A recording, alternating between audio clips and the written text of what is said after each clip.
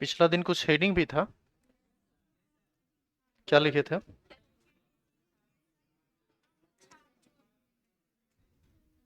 संयुग्मी अम्ल क्षार युग्म या जोड़ी, यही ना लिखे हैं? Conjugate acid base pair. चलिए ठीक।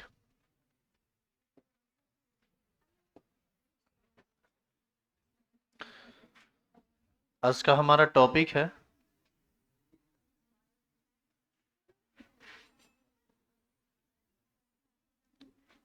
संयुग्मी अम्ल क्षार युग्म। शांत हो जाइए अब। आप यहाँ पर युग्म के जगह जोड़ी लिखे होंगे तो भी एक ही बात है, कोई अलग बात नहीं है। इसी को इंग्लिश में हम लोग बोलते हैं कंजुगेट एसिड बेस पेयर। यहां पर जब बात पेयर की आई है तो कम से कम दो सब्सटेंस तो आएगा ही, क्या जी? अब थोड़ा ध्यान से देखिए इसको। मान लीजिए HX कोई यौगिक है। अब बताओ, यदि ये HX एक H प्लस का त्याग कर दे तो किस चीज में बदल जाएगा? X माइनस में। यानी HX ही X माइनस में बदल सकता है यदि ये एक H प्लस का त्याग कर दे तो। HX एक X प्लस का त्याग किया, तो त्याग किया तो इसको तो माइनस H प्लस से दिखाना पड़ेगा। देखो, किसी एरो के ऊपर H प्लस ऐसे लिखा हुआ, इसका मतलब है कि H प्लस रिएक्शन कर रहा है। और यदि माइनस H प्लस लिखा दिया गया हो, इसका मतलब है कि इधर से H प्लस निकल रहा है, टूट के हट रहा है। तो यहां पर क्या लिखा हुआ है? HX से एक H प्लस निकलेगा तभी ना X माइनस बदलेगा। अच्छा, यदि यही X माइनस एक बार फिर से उस H प्लस को ग्रहण कर ले तब किस चीज में बदल जाएगा? बोलिए। HX में। नहीं समझे क्या आप लोग बकलोले हैं निट्ठा। X माइनस यदि H प्लस के साथ मिल जाए तो क्या बना देगा? HX। तो इतने तो बात है, इसमें गुम काहे हो जाते हैं? HX यदि एक H प्लस का त्याग कर दे तो X माइनस में बदल जाएगा, और यदि यही X माइनस फिर से उस H प्लस को ग्रहण कर ले तो HX में बदल जाएगा। तो बताइए, HX और X माइनस में किस चीज का अंतर? H प्लस का। इसी को हम बोलेंगे एसिड और इसको बोलेंगे कंजुगेट बेस। एक्चुअल में कंजुगेट एसिड बेस क्या होता है आप उसको सुनिए। यह दो ऐसे पदार्थ होते हैं जिसमें केवल एक H प्लस आयन का, या यूं कहें कि एक प्रोटॉन का अंतर होता है, बाद बाकी इसमें कोई अंतर नहीं है। एक H प्लस का अंतर है तो वो कंजुगेट एसिड बेस पेयर कहलाएगा। जैसे आप लेते हैं HCl। बताइए ये क्या है, अम्ल है या क्षार है? अम्ल है। इससे आप एक H प्लस को निकाल दीजिए। एक H प्लस को निकालिएगा तो क्या बचेगा? Cl minus. तो ये यदि अम्ल है ना, तो ये इसका कहलाएगा संयुग्मी क्षार। क्षार नहीं, संयुग्मी क्षार। किसका? HCl का संयुग्मी क्षार। अब आप कहेंगे सर ये अम्ल इसलिए है क्योंकि ये H प्लस देता है, ये तो समझ में आया, लेकिन ये क्षार किस हिसाब से बोल रहे हैं? तो पिछला दिन तो आप पढ़े थे कि जो H प्लस ग्रहण कर सके उसको हम क्षार कहते हैं। क्या H प्लस ग्रहण करके ये फिर से HCl में नहीं बदल जाएगा? तो निश्चित रूप से ये क्षारीय हुआ। क्लियर है ये? तो कंजुगेट एसिड बेस पेयर को हम लोग पहले परिभाषित करेंगे। लिखिए तो।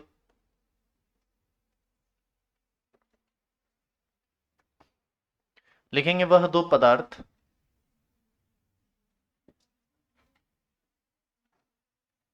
वह पहले परिभाषित करेंगे, उसके बाद आगे बढ़ेंगे। लिखिए, वह दो पदार्थ जो एक H प्लस आयन, अच्छा H प्लस आयन को ही ना हम लोग प्रोटॉन कह सकते हैं। वह दो पदार्थ जो एक H प्लस आयन या प्रोटॉन को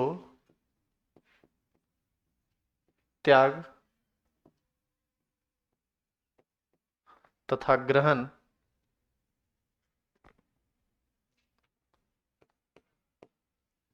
त्याग तथा ग्रहण से एक दूसरे में बदल जाता है,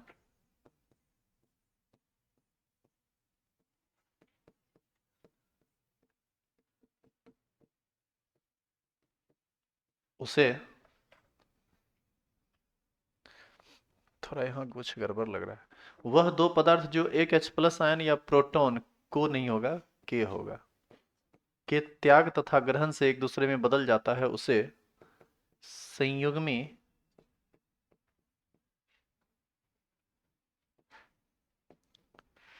अम्ल क्षार युग्म कहते हैं। अम्ल क्षार युग्म कहते हैं।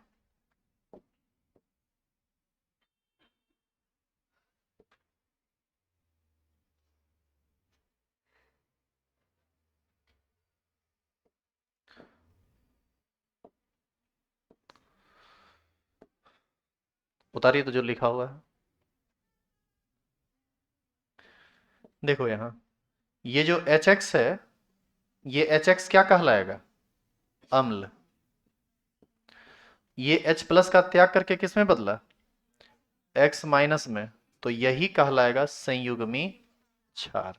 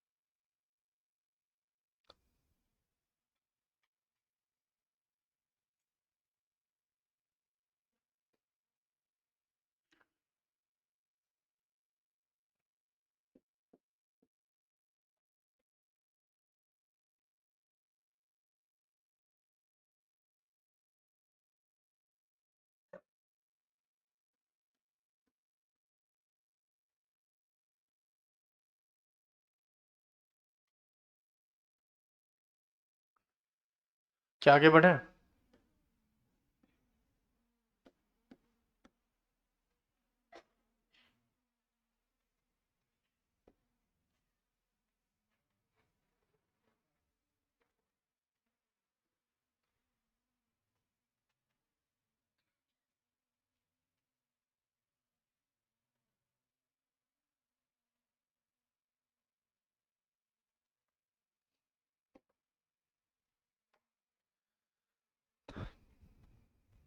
तो बताओ HX में और X माइनस में सिर्फ किस चीज का अंतर है, H प्लस का अंतर है।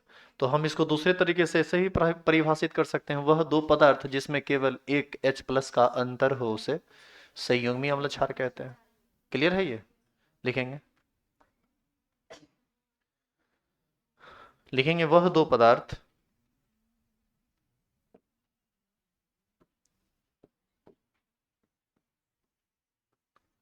वह दो पदार्थ जिसमें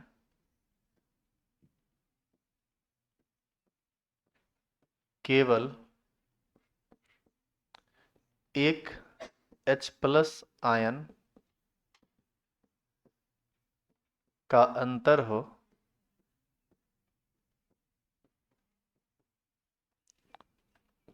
उसे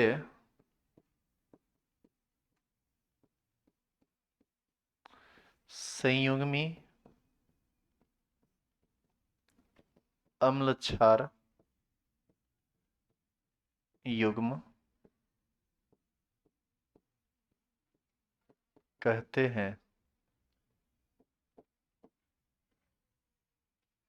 उसे संयुग्मी अम्ल क्षार युग्म कहते हैं।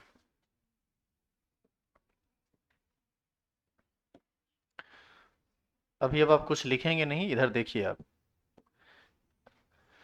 कोई भी अम्ल यदि एक H प्लस का त्याग कर दे तो बाकी का जो रेस्ट पार्ट बचता है वो एक्चुअल में होता है कंजुगेट बेस। कंजुगेट बेस को ही हिंदी में क्या बोलेंगे? संयुग्मी क्षार। जैसे कुछ एग्जांपल देखते हैं इस पर। जैसे HCl अम्ल है ना जी, ये टूटेगा कैसे? H प्लस में और Cl माइनस में। कोई भी अम्ल एक H प्लस देगा तो निश्चित है कि वो संयुग्मी क्षार का निर्माण करेगा। HCl यदि अम्ल है तो Cl माइनस ही HCl का क्या कहलाएगा? संयुग्मी क्षार। जैसे HNO3 H plus NO3 minus. जैसे H2SO4 बताइए तो। हाँ देखिए, आप गलती कर दी ना, आप बोल रहे हैं 2H प्लस। अंतर होता है एक H प्लस का, आप क्या बोल रहे हैं? 2H प्लस, तो गलत हो जाएगा। H2SO4 से एक के बार में दोनों H प्लस नहीं टूटता है, एक एक करके टूटता है, वन बाय वन। एक H प्लस को पहले निकालिए। एक H प्लस निकलेगा तो यहाँ पर बचेगा बाइसल्फेट आयन HSO4 माइनस। बोलिए हाँ या ना। तो ये हुआ। यदि आप HSO4 माइनस लेते हैं तो इससे भी अब आप यदि एक H प्लस निकाल देंगे तब ये क्या बना देगा? SO4 2 minus. आई बात समझ में? तो आपसे कोई पूछे कि H2SO4 का संयुग्मी क्षार क्या होगा और यदि आप SO4 2 माइनस बोल देते हैं तो गलत हो जाएगा। क्यों गलत हो जाएगा? क्योंकि संयुग्मी अम्ल क्षार युग्म में केवल एक ही H प्लस आयन का अंतर होता है। आप कितने H प्लस आयन का अंतर दिखा दिए? दो, तो गलत हो जाएगा। क्या यहां तक कोई दिक्कत भी है? CH3COH यदि ले तो बोलो, ये टूटेगा जी H प्लस में और एक चीज देगा ये CH3COO माइनस। हाँ या ना? इसी में यदि हम HCOOH लें तो ये टूटेगा H प्लस में और फॉर्मेट आयन में ये टूट जाएगा HCOO माइनस में। अच्छा, यदि हम वाटर लें तो H2O लें तो ये टूटेगा H प्लस में OH माइनस में। अच्छा, यदि हम H3O प्लस लें तो इससे एक H प्लस निकालिए, प्लस निकाल दिए तो H3O बचा, एक H निकाल दिए तो दो ही H बचा, यानी H प्लस प्लस H2O। आई बात समझ में? अब आप ध्यान से देखिए कि हर बार इधर वाले से एक H प्लस निकला है और उधर वाला बना है।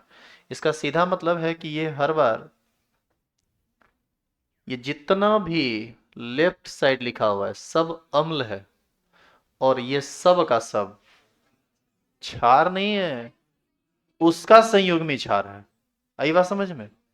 और क्षार क्यों है, हम क्षार का नाम क्यों इसको दे रहे हैं, यदि आप इस बात को समझना चाहते हैं तो ये भी आप पहले भी समझ चुके हैं, एक बार फिर लास्टली समझ लीजिए क्योंकि अब नहीं दोबारा बोलेंगे। ये क्षार इसलिए है क्योंकि हम कल पढ़े हैं कि कोई भी सब्सटेंस यदि H प्लस को ग्रहण करता है तो वो क्षार कहलाता है। इस पर Cl माइनस है, Cl पर माइनस है, तो निश्चित है कि ये प्लस वाले को आकर्षित कर सकता है और H प्लस को आसानी से ग्रहण करके HCl का निर्माण कर सकता है। ये भी H प्लस ग्रहण कर सकता है, जो H प्लस दिया है वो H प्लस ग्रहण भी कर सकता है।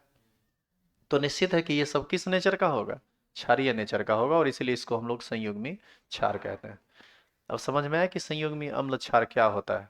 आज का पूरा क्लास संयुग्मी क्षार, संयुग्मी अम्ल और क्षार पर ही आधारित है। तो ध्यान रखिएगा, आज का जो भी काम करेंगे वो सब संयुग्मी अम्ल क्षार के लिए करेंगे। उतारिए।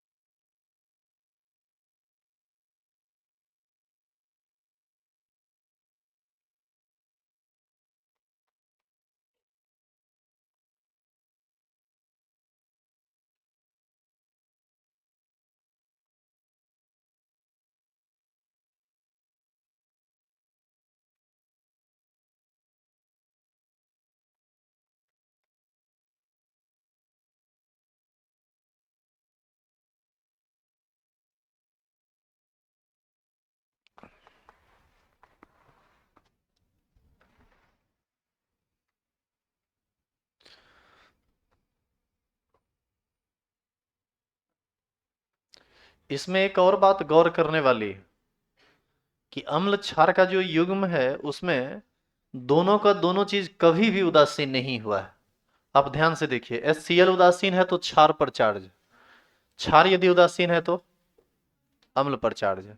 तो इस बात का आप हमेशा ध्यान रखिएगा कि संयुग्मी अम्ल क्षार युग्म में दोनों का दोनों चीज कभी भी उदासीन नहीं होगा। एक पर तो कम से कम आवेश होगा ही होगा, और कभी कभी तो दोनों पर आवेश होता है। आप एक एग्जांपल देखिए, ऐसा है यहां लिखा हुआ, कौन है बताइए? HSO4- अम्ल पर भी आवेश और उसके संयुग्मी क्षार पर भी आवेश। तो इन सब बातों को भी एक एक करके पॉइंट वाइज हम लोग लिखेंगे। पहले पहुंचिए यहां तक।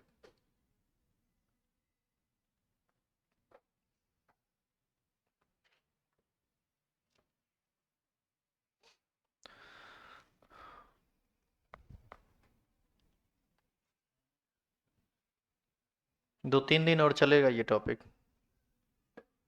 इसके बाद हम लोग थर्मोडायनामिक्स से स्टार्ट करेंगे। थर्मोडायनामिक्स या गैसियस स्टेट।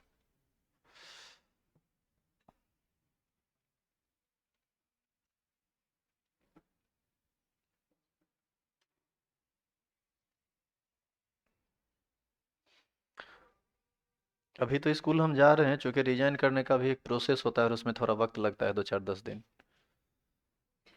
तो लेकिन फिर भी आपको यदि दिक्कत हो तो आपको जितना टाइम चाहिए आप पूछ सकते हैं। 9 बजे के बाद हम बैठे ही रहते हैं, क्योंकि स्कूल तो किसी दिन टाइम से हमको जाना है नहीं। जानबूझ के लेट से जाते हैं, सस्पेंड कर दो, कुछ हो कर दो, लेकिन कुछ नहीं कर रहा है।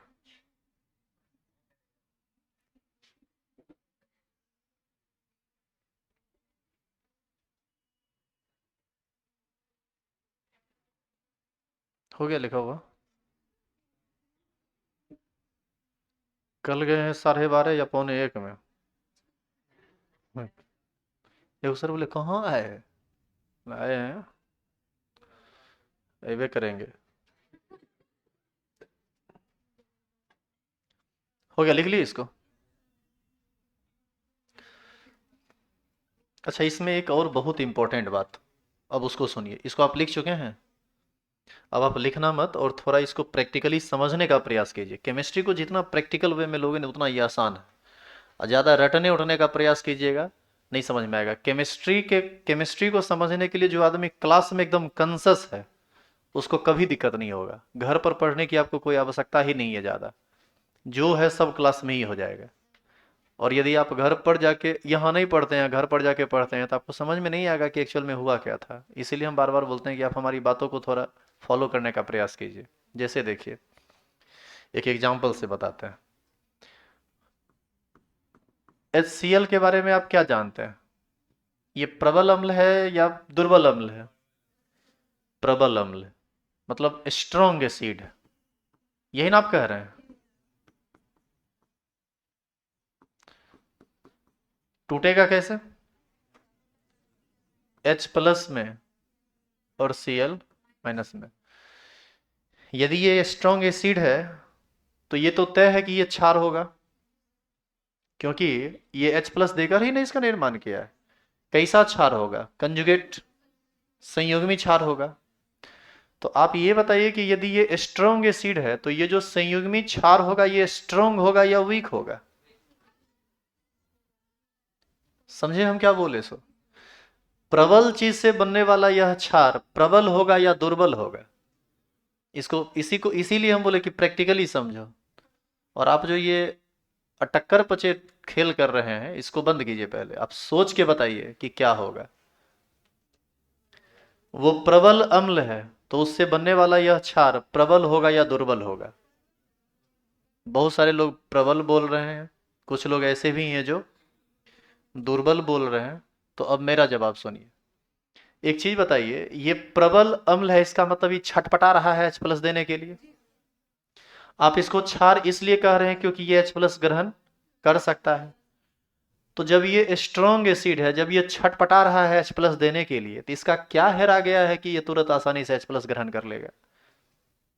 इसका मतलब है कि ये आसानी से H+ ग्रहण नहीं करेगा, और आसानी से H प्लस ग्रहण नहीं करेगा, इसका मतलब ये प्रबल क्षार नहीं है, ये दुर्बल क्षार है, ये नहीं लेना चाह रहा है H प्लस, हम नहीं लेंगे, ऐसी स्थिति है इसकी। तो इस बात का ध्यान रखेंगे कि जो स्ट्रोंग एसिड है उससे वीक कंजुगेट बेस का निर्माण होता है, यानी दुर्बल संयुग्मी क्षार का निर्माण होता है, प्रबल अम्ल से दुर्बल संयुग्मी क्षार का निर्माण होता है। अब समझ में आया? अब एक चीज देखो, CH3COOH, यह बेचारा वीक एसिड है। वीक एसिड है का मतलब ये टूटना जल्दी नहीं चाहता है, लेकिन मान लीजिए कि आप इसको तोड़ दिए H प्लस में और CH3COO माइनस में, तनी आप बताइए कि यदि वो वीक एसिड है तो ये तो तय है कि ये क्षार होगा, संयुग्मी क्षार होगा, प्रबल या दुर्बल। देखो ये जल्दी H प्लस देना नहीं चाहता है, यदि ये जल्दी H प्लस नहीं देना चाहता है तो ये जहां कहीं भी रहेगा वो उसको जल्दी से H प्लस लेना चाहेगा, तब ना दोनों का नेचर समान होगा। ये जल्दी H प्लस देना नहीं चाहता है, लेकिन ये यदि बना हुआ है तो इसके आजू बाजू में कहीं H प्लस आएगा तो कहेगा अरे आप जल्दी जल्दी धरो, पकड़ो पकड़ो पकड़ो, तुरंत चाहेगा उसके साथ क्लोज हो जाना। तो ऐसी स्थिति में ये बहुत आसानी से H प्लस को ग्रहण कर सकता है, ये आसानी से H प्लस को ग्रहण नहीं कर सकता है। H प्लस ग्रहण करने वाला क्षार है, जो आसानी से ग्रहण कर लिया वो प्रबल है, जो आसानी से ग्रहण नहीं किया वो दुर्बल है। ये हो गया दुर्बल और ये हो गया प्रबल, तो ये हो जाएगा स्ट्रॉन्ग कंजुगेट बेस। समझे अब? तो यहां से एक नोट में हम ये बात लिखेंगे, लिख भी सकते क्या है, लिखना ही पड़ेगा, ये सब जानना बहुत जरूरी है। क्या इसमें स्टेटमेंट बनेगा बताओ तो? हम ये कहेंगे कि प्रबल अम्ल दुर्बल संयुग्मी क्षार देता है, या प्रबल अम्ल का संयुग्मी क्षार दुर्बल होता है, जबकि दुर्बल अम्ल का संयुग्मी क्षार प्रबल होता है। अब समझे, उल्टा होता है, प्रबल से बनेगा दुर्बल, दुर्बल से बनेगा प्रबल। इसको लिखिए तब उस स्टेटमेंट को लिखेंगे। लाइव क्लासेस वाले लोग, आप लोग को समझ में आ रहा है, दिक्कत भी हो रही है?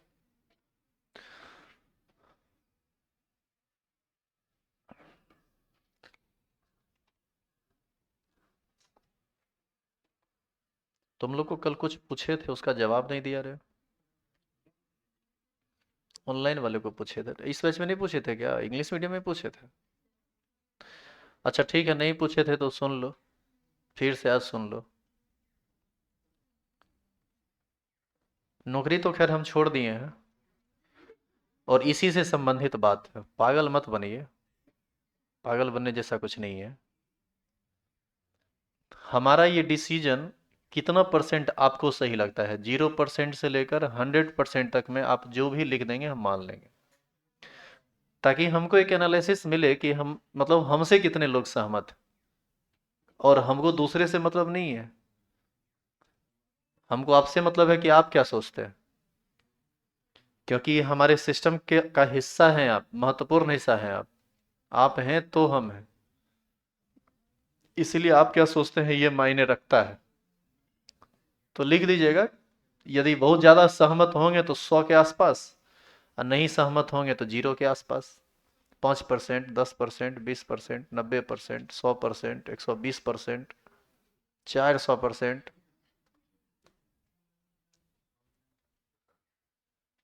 महादेव लिख रहा है 100%।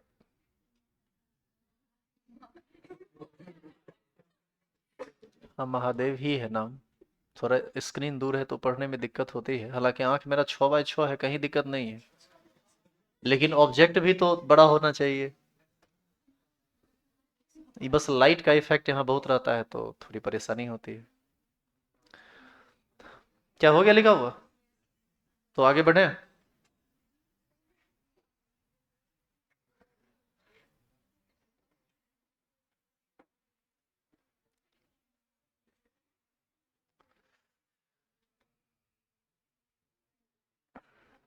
चेंज करते हैं इसको, लिखिए तो एरो देखें, लिखेंगे प्रबल अम्ल का संयुग्मी क्षार दुर्बल होता है,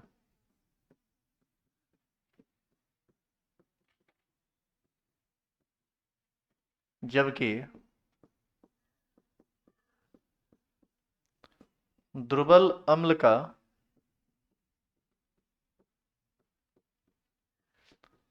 संयुग्मी क्षार प्रबल होता है।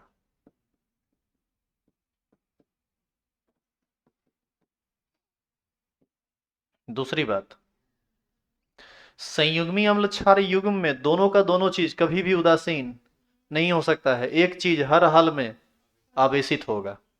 लिखेंगे, नीचे रो देखे,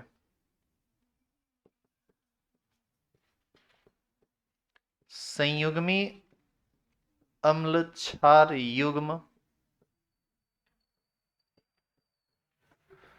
संयुग्मी अम्ल क्षार युग्म में दोनों पदार्थ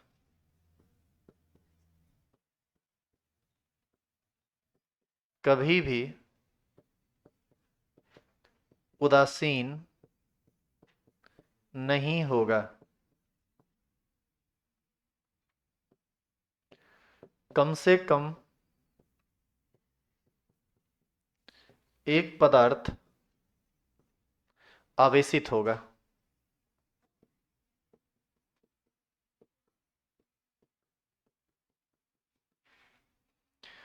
कम से कम एक पदार्थ आवेशित होगा।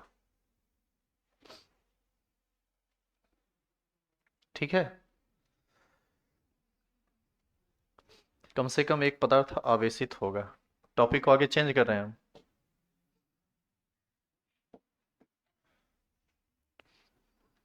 अब यहां देखिए, अब आप लिखना मत, अब आपको सिर्फ देखना है। पहले ये बताओ कि NH3 क्या है?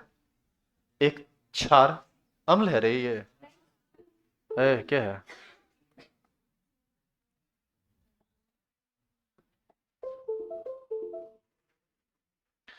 NH3 एक क्षार है, अरे इस पर लोन पेयर है, ये लुईस क्षार है ये। यदि ये एक H प्लस को ग्रहण कर ले तो किस में बदल जाएगा?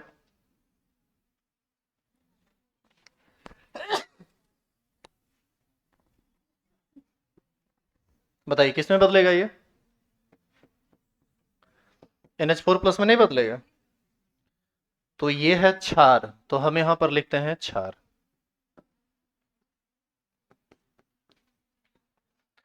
ये क्षार ग्रहण किया है किस चीज को? एक H प्लस को।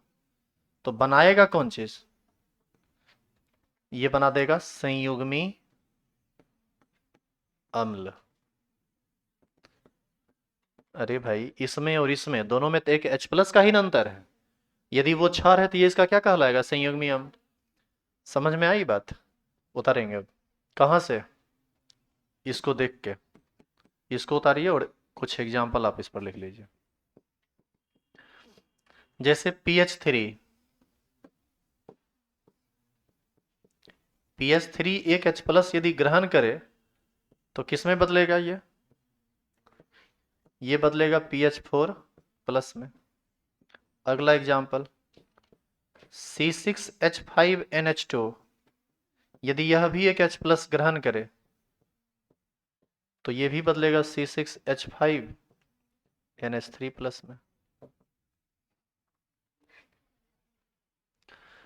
यह सब क्षार इसलिए है क्योंकि इस पे भी लोन पेयर है, इस पे भी लोन पेयर है, इस पे भी लोन पेयर वाला ही ना चीज क्षार कहलाता था, कल ही तो पढ़े थे हम लोग।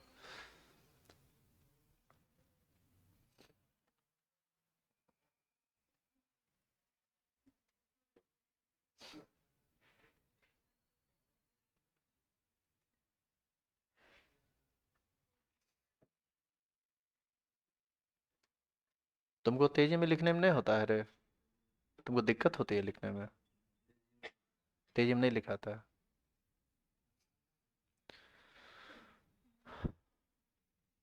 बोलिए मत, इसके साथ परेशानी है, ठंडा नहीं है।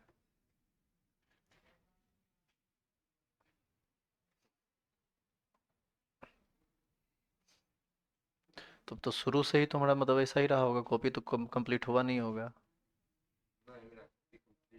रहता है कंप्लीट। अच्छा कोई बात नहीं, ज़्यादा परेशान होने की ज़रूरत नहीं है। क्या लिख चुके आप इसको? अब आगे देखिए।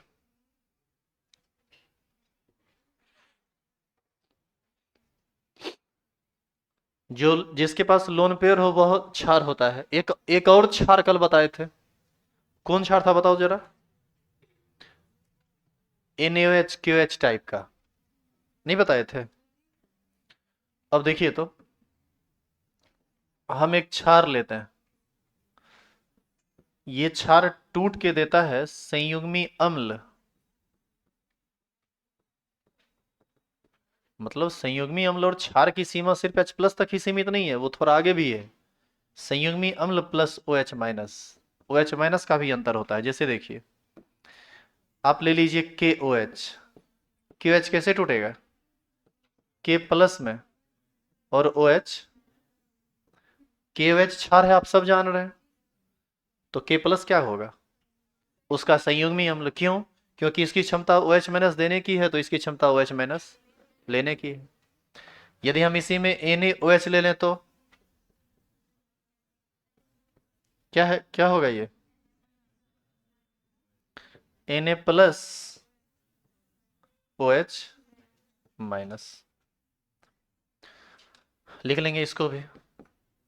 तो उम्मीद करते हैं अब आपको संयुग्मी अम्ल और क्षार में किसी प्रकार का कोई परेशानी नहीं होगा, और इससे ज़्यादा बात इसमें होता भी नहीं है।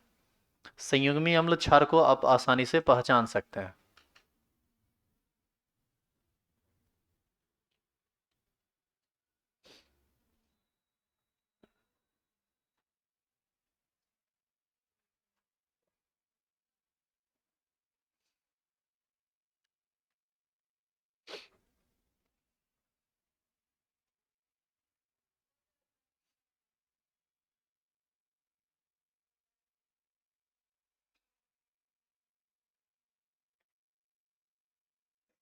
तुम लोग कितना परसेंट सहमत हो?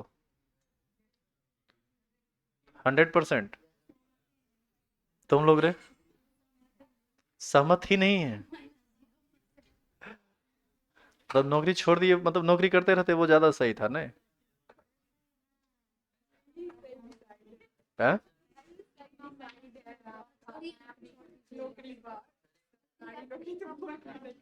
हाँ ये सही है। देखो लोग कहता है ना कि 10 साल के बाद आपका हो जाएगा ₹1,00,000 ₹1,25,00,000 पर मंथ, लेकिन 10 साल के बाद जो महंगाई होगी वो आज के 50,000 के बराबर होगा। उतने बात होता है, वो कुछ नहीं, समय बढ़ेगा तो महंगाई बढ़ेगी, सैलरी भी बढ़ेगी, मिला जुला के बात उतने हैं। और सुबह में 9 बजे से लेके 5 बजे तक बैठे रहिए वहां, बेंच को देखते रहिए, बेंच खाली बेंच देखो और कुछ नहीं, वहां कोई काम ही नहीं है। हम बताते हैं, हम अभी से पहले ये चीज उतना फील नहीं किए थे, लेकिन अब हम फील करते हैं कि ये जो सरकारी नौकरी खास करके टीचर वाला है ना, ये उन लोगों के लिए है जिसको बहुत ज्यादा, सच्चाई बता रहे हैं, बहुत ज्यादा मतलब ज्यादा मतलब नहीं है काम धंधा से, कुछ नहीं बेचारा कर रहा था, बहुत परेशानी से कर्जा उर्जा लेके केनहो तो काम चलाता था अपना, उसके लिए एक सरकारी नौकरी, हाँ चलो मिल गया, 50,000 का महीना अब खूब आ रहा है। अब वहां जाके बैठ के गोल गोल बात बनाएगा और आराम से जीवन जिएगा। हम लोग जैसे आदमी के लिए सर वो नौकरी है ही नहीं। यदि हम उसमें अपने आप को डालते हैं ना, तो हम अपने आप को बर्बाद कर लेंगे, हम बस ये समझते हैं। और हम आपको यकीन से कह सकते हैं कि यदि हम उसको छोड़ के इस काम में रहते हैं, तो रुपया चाहे हम कम ही क्यों ना कमाएं, हम अपना जीवन जी पाएंगे। उसमें हम अपना जीवन नहीं जी पाएंगे, रुपया बहुत मायने नहीं रखता है। मतलब वैसा कोई काम नहीं करना चाहिए जिसमें रुपया कमा के भी आप अपना जीवन ना जी सकें, कुत्ता वाला जिंदगी वो नहीं जी सकते। चलिए हेडिंग डालिए तो, चलिए बात बंद कीजिए प्लीज। नहीं, ये हम ये नहीं कह रहे हैं कि सबके लिए ऐसा ही है, सबके लिए ऐसा नहीं है, कुछ विशेष लोगों के लिए ही ये बातें हैं। अब जैसे बहुत सारे टीचर को हुआ है, सब लोग ज्वाइन कर रहे हैं, हम ही को छोड़ रहे हैं। दूसरी बात आप ये भी समझ लीजिए कि हम पागल नहीं है कि छोड़ रहे हैं, यदि छोड़ रहे हैं, यदि किसी चीज का त्याग कर रहे हैं, तो उससे बेहतर पाने के लिए तो आप इतना माइंड का शिथिल या डल मत समझ लीजिएगा हमको। अभी अभी आदमी को, बहुत आदमी को लग रहा है, लगने दो। 10-15 साल के बाद हम इस बात को साबित कर देंगे कि हम सही थे और बाकी सब गलत था। लिखेंगे रिलेशन बिटवीन, हेडिंग डालो तो, ionisation constant of, sorry relation between ionisation, हाँ ठीक है, ionisation constant of conjugate acid base pair. अच्छा ये बताइए कि एसिड के आयोनाइजेशन कांस्टेंट को हम किस चीज से सूचित करते हैं?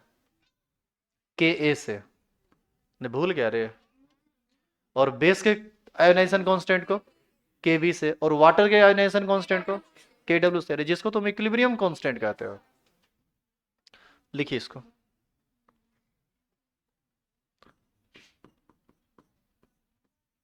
नीचे का जो भी काम है वो सब का सब सिर्फ कंजुगेट एसिड बेस पेयर पर अप्लीकेबल है। माना कि HX एक दुर्बल अम्ल है, हम क्या माने हैं? एक कंपाउंड HX जिसको क्या माने हैं? दुर्बल अम्ल।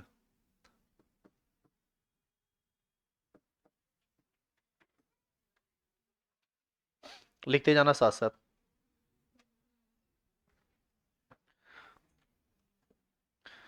अच्छा ये बताओ, HX पानी, HX टूटेगा कैसे? H प्लस में और X माइनस में। ये एसिड का डिसोसिएशन हो रहा है, रिवर्सिबल रिएक्शन है, इक्विलिब्रियम पड़ जाएगा, तो इसका इक्विलिब्रियम कांस्टेंट निकलेगा कि नहीं? इसी के इक्विलिब्रियम कांस्टेंट को हम क्या बोलेंगे? के ए। नहीं बोलेंगे क्या? इसको हम इक्वेशन मान लेते हैं कितना? 1। अब आप ये बताइए कि आप HX को पानी में डालेंगे तब ना वो टूटेगा, टूटेगा H प्लस में और X माइनस में। अच्छा उसी पानी में X माइनस को दर्शन होगा किस चीज से? वाटर से, H2O से। H2O टूटता है H प्लस में और OH माइनस में। X माइनस जो है उस H प्लस को ग्रहण कर लेगा और बताइए क्या बना देगा? HX। H प्लस और X माइनस मिलके बना दिया HX, और एक OH माइनस बचा रह जाएगा ना? बोलिए हाँ या ना। तो X माइन देखो, HX एक अम्ल है तो X माइनस उसका संयुग्मी क्षार, और X माइनस H प्लस को ग्रहण करके OH माइनस दे रहा है, यानी ये क्षार वाला ही ना रिएक्शन है। तो बताइए इसके आयोनाइजेशन कांस्टेंट को किस चीज से सूचित करेंगे? Kb से। ये हो गया दूसरा बात। अच्छा पानी तो अपने आप टूटते रहता है, कैसे? H प्लस में OH माइनस में, और ये जो साम्यावस्था स्थापित करता है उसके आयोनाइजेशन कांस्टेंट को हम किस चीज से सूचित करते हैं? Kw से। इसको इक्वेशन नंबर मान लेते हैं 3। अब आप क्या कीजिए, इक्वेशन 1 और 2 को जोड़ दीजिए, आप पाएंगे आपको इक्वेशन 3 मिल जाएगा।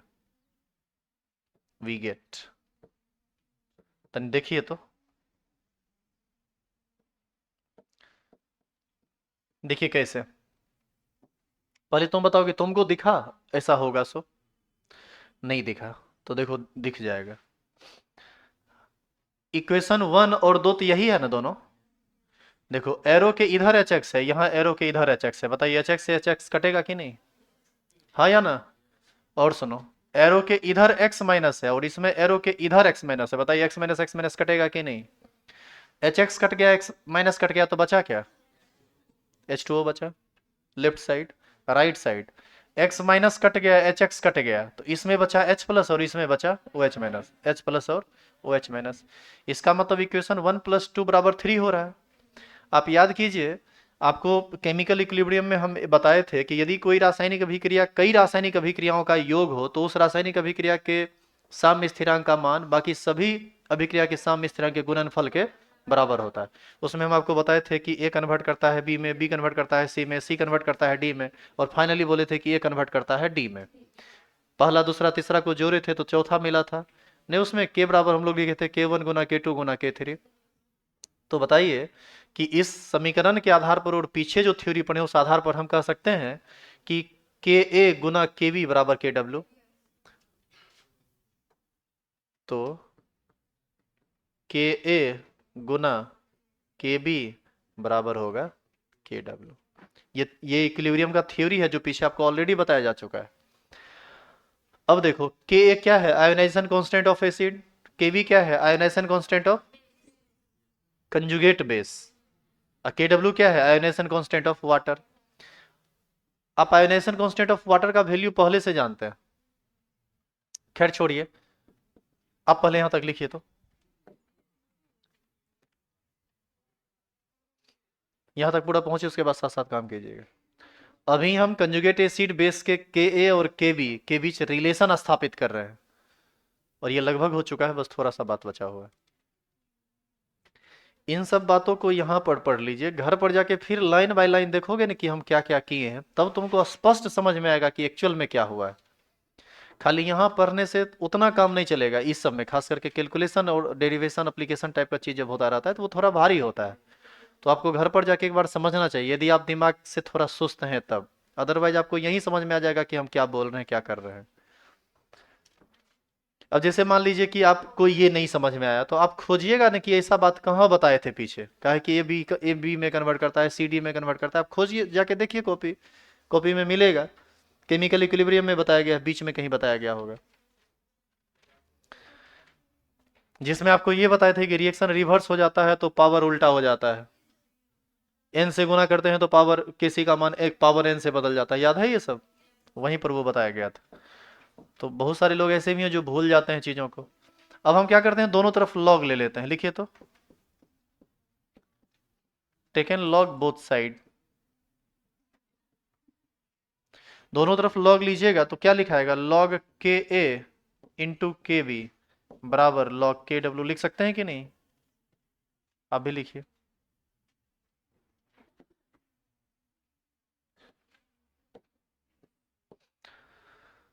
अब थोड़ा बताइए तो, लॉग एम गुना एन का फॉर्म है ये, इसको हम लोग क्या लिख सकते हैं, लॉग के ए प्लस लॉग के बी बराबर क्या लिखाएगा, लॉग के डब्ल्यू। हाँ या ना? अब आप क्या कीजिए, इस पूरे, अच्छा इस पूरे इक्वेशन में किसी भी चीज से गुना कर दें तो इक्वलिटी पर तो कोई फर्क नहीं पड़ेगा। मैथमेटिक्स तो आपको अधिकार देती है कि आप बराबर के दोनों तरफ समान काम कर सकते हैं। तो आप एक काम कीजिए, पूरे इक्वेशन को माइनस साइन से गुना कर दीजिए। यदि आप ऐसा करेंगे तो सब का सब माइनस में बदल जाएगा। तो सब का सब माइनस में बदलेगा तो ये हो जाएगा निगेटिव लॉग के ए प्लस निगेटिव लॉग के बी बराबर निगेटिव लॉग के डब्ल्यू। होगा कि नहीं? अब देखिए, निगेटिव लॉग को ही ना हम लोग पी बोलते हैं, और पी के बाद ये क्या है, के ए। निगेटिव लॉग को ही हम लोग क्या बोलते हैं, पी। ये क्या है, तो ये हो गया पी के ए प्लस पी के बी बराबर निगेटिव लॉग कंसर्ट। अच्छा, के डब्ल्यू का मान 10 का पावर माइनस 14 होता है, तो वो हम यूज कर सकते हैं। अब बताइए तो क्या लिखें। अब यहां से लिख सकते हैं पी के ए प्लस पी के बी बराबर माइनस माइनस 14 लॉग 10। लॉग 10 का मान 1, माइनस माइनस प्लस, प्लस 14 हो जाएगा, यानी पी के ए प्लस पी के बी बराबर 14। देखिए संबंध आ गया ना? But this formula is only applied for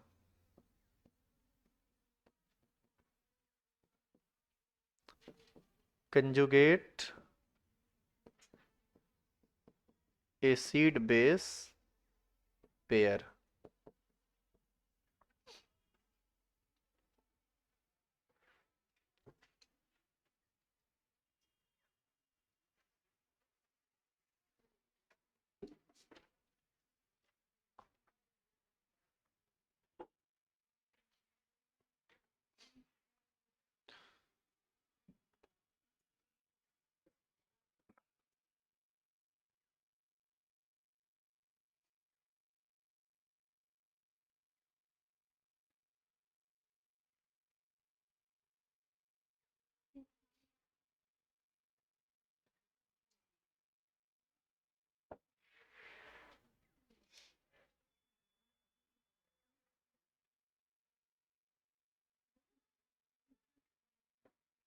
क्या हुआ, कुछ पूछना है?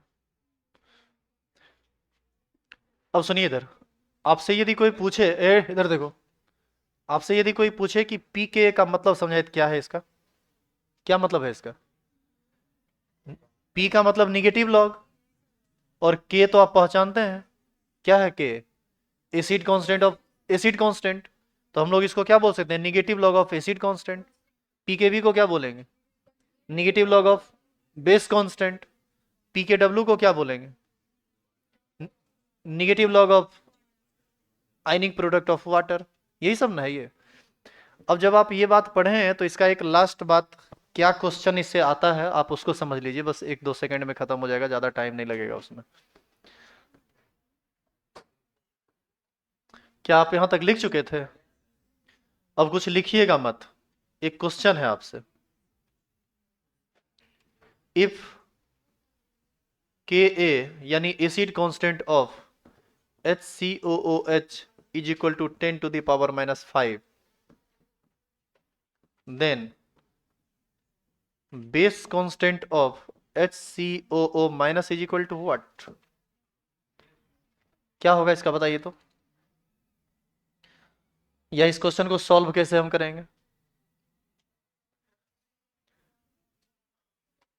अभी तुरंत आप इक्वेशन भरे थे ना, पी के प्लस पी के बी बराबर 14। तो बताइए, पी के ए प्लस पी के बी बराबर 14 होता है ना? यहां से के का वैल्यू कितना दिया हुआ, 10 का पावर माइनस 5। तो ये हम लिख देंगे निगेटिव लॉग कितना, 10 का पावर माइनस 5 प्लस पी के बी, हमको यही ना निकालना है, बराबर कितना होता है, 14। कोई दिक्कत है इसमें? अब बताइए इसको हम क्या लिख सकते हैं, डायरेक्ट 5 लिख दें? तो 5 प्लस पी के बी बराबर 14, क्या ऐसा लिख सकते हैं कि नहीं?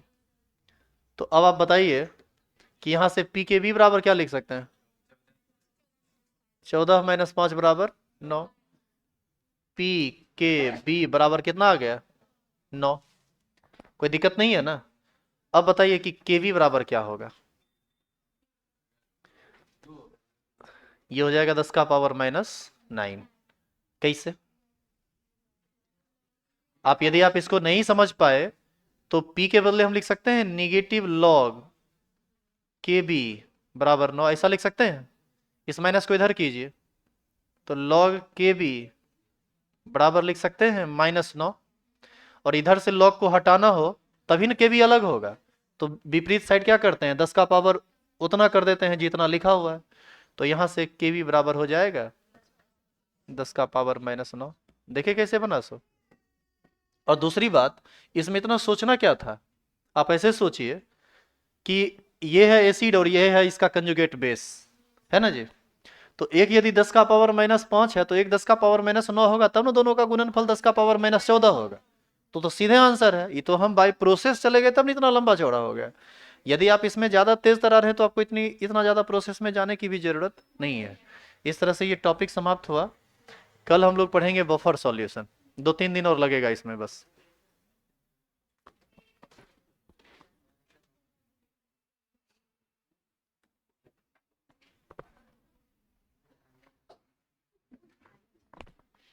कुछ पूछना भी है क्या, ये तुमको ज्यादा भारी लग रहा है क्या? भारी लगेगा तुरंत छोड़ देंगे, फिर आगे बढ़